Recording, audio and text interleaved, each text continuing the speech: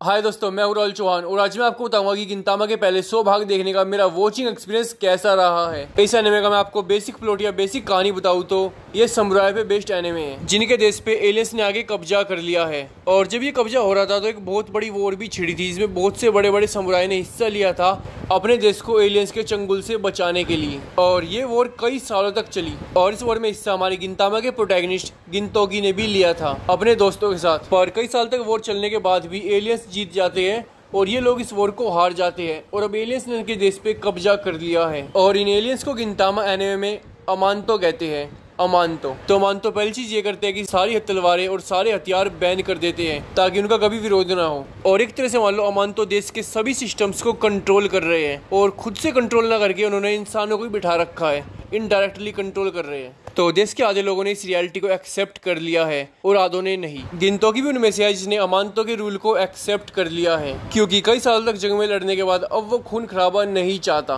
क्योंकि इसको बताया कि अगर इस बार जंग होगी तो उसको अमांतो के साथ साथ अपने देश के लोगों से भी लड़ना पड़ेगा और वो ऐसा नहीं करना चाहता। गिनतोगी का एक दोस्त है कात्सुरा और ये अमांतो को हराकर फिर से समुराई का रूल चाहता है, पर ये सबसे कम खून खराबे के साथ चाहता है या जिसमें खून खराबा ना के बराबर हो उस तरह से। और कात्सुरा का एक संगठन भी है एंटी फॉरेनर फैक्शन और इसके संगठन का मकसद ही है अमांतो को उखाड़ कर फेंकना। पर ये सब कुछ शांतिपूर्वक करना चाहता है और इसके संगठन को पुलिस द्वारा और अमांतो द्वारा आतंकवादी संगठन भी घोषित कर दिया गया है। और ये संगठन 3 चीजों के खिलाफ लड़ रहा है, पहला अमांतो, दूसरी पुलिस और तीसरी सरकार। पर एंटी फॉरेनर फैक्शन के नाम से एक और संगठन भी है जिसको गिनतोगी के एक और दोस्त ने बना रखा है और वो दोस्त है शिनसुके का संगठन सब कुछ उखाड़ना चाहता है और भयंकर तरीके से उखाड़ना चाहता है। इसको खून खराबे की टेंशन नहीं है, इसको बस अपने देश को अमांतो से आजाद करवाना है किसी भी कीमत पर। इसलिए गिनतोगी ने इससे दोस्ती भी तोड़ रखी है क्योंकि गिनतोगी नहीं चाहता हम अमांतो से लड़ाई के चक्कर में अपने ही लोगों को मार डाले।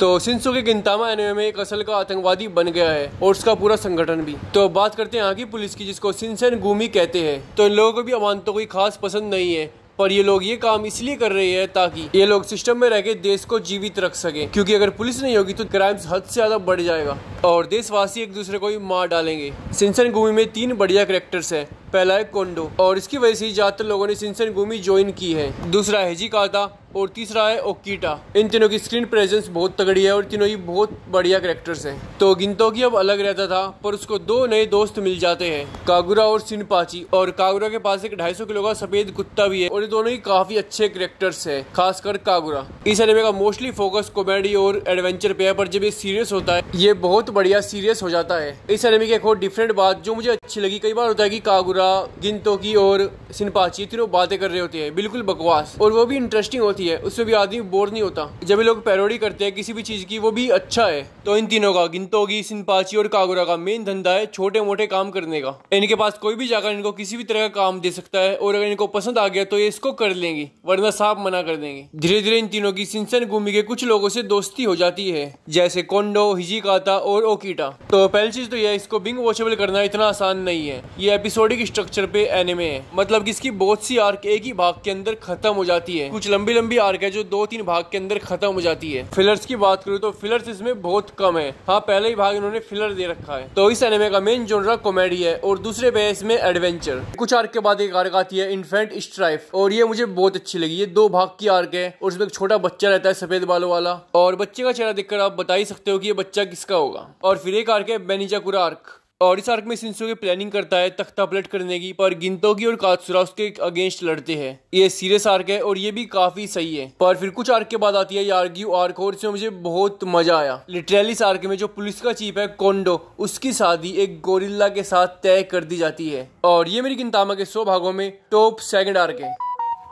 इतना ज्यादा मजा आया मुझे इसमें। तो गिंतामा के 100 भागों की टॉप 1 आर्क है ओवी आर्क और इसमें मुझे सबसे ज्यादा मजा आया। इस आर्क में गेमिंग कंसोल लॉन्च होता है और जो इसमें इवेंट्स होते हैं वो हद से ज्यादा बढ़िया है। इस आर्क में बहुत से सीन्स और बहुत से डायलॉग्स बिल्कुल टॉप लेवल है। हाँ, बस 2 भागों की आर्क है पर ये आपको मजा पूरा देगी। तो गिंतामा के पहले 100 भाग देखने का मेरा एक्सपीरियंस बहुत अच्छा रहा है। बस आपको ये बात याद रखनी है कि इस एनिमे का मेन फोकस कॉमेडी पे है, ये आपका टाइपिकल शोनेन नहीं है। 100 भागों में बस 15 भाग सीरियस हो गए ये मान लो, बाकी 85 भाग बिल्कुल सीरियस नहीं है।